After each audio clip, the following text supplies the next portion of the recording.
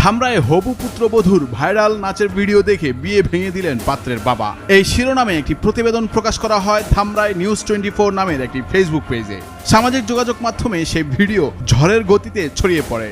আলোচনা তুঙ্গে ওঠে ভিডিও। বেশিরভাগ নেটিজেনই এই ভিডিওতে নাচতে থাকা মেয়েটিকে নিয়ে বাজে মন্তব্য ছড়ায়। সবাই বাহবা দিতে থাকে পাত্রের বাবাকে। কিন্তু আসলে কি ঘটেছে? ওই পেজটিতে খবরের সঙ্গে ছবি জুড়ে দেওয়া হয় একটি বিয়েবাড়ির গেটের।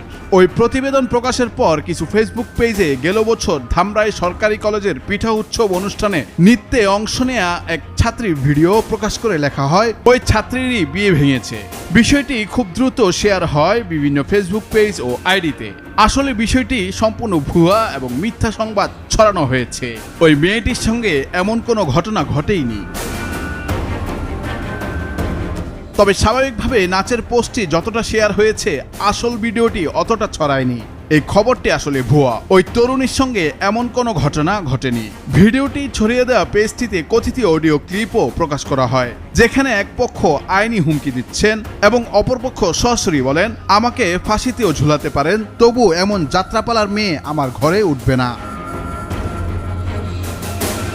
এই খবর ছড়িয়ে পড়ার পরই সামাজিক যোগাযোগ মাধ্যমে ছড়িয়ে পড়তে থাকে ওই তরুণীর ছবি ও নাম, যিনি স্থানীয় একটি কলেজের শিক্ষার্থী।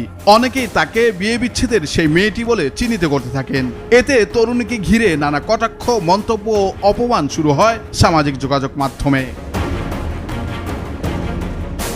ভাইরাল সংবাদের কয়েক ঘন্টার মধ্যেই একই ফেসবুক পেজ থেকে নতুন একটি পোস্টে জানানো হয় তারা যে বিয়ে বিচ্ছেদের কথা বলছে সেটি ভাইরাল হওয়া মেয়েটির ঘটনা নয়। পেজ কর্তৃপক্ষ সরাসরি স্বীকার করে ভাইরাল হওয়া ভিডিও ও মেয়েটিকে নিয়ে জনমনে যে বিভ্রান্তি ছড়িয়েছে সেটি একেবারেই ভুল।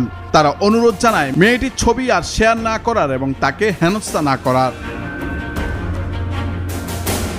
ফলে দেখা যাচ্ছে বিয়ে বিচ্ছেদের কোনো একটি ঘটনা ঘটতে পারে, তবে সেটি ঘিরে যে মেয়েটিকে টার্গেট করা হচ্ছে তিনি ঘটনার সঙ্গে মোটেও জড়িত নন। সুতরাং হবু পুত্রবধূর ভাইরাল নাচ দেখে বিয়ে ভেঙে দেওয়া সংক্রান্ত সংবাদটি ভুয়া এবং ভাইরাল হওয়া মেয়েটির সঙ্গে এর কোনো সম্পর্ক নেই। ভুল পরিচয়ের ভিত্তিতে সামাজিক যোগাযোগ মাধ্যমে কাউকে হয়রানি করা একদিকে যেমন আইনত শাস্তিযোগ্য, অন্যদিকে তা একটি গুরুতর নৈতিক অপরাধও বটে।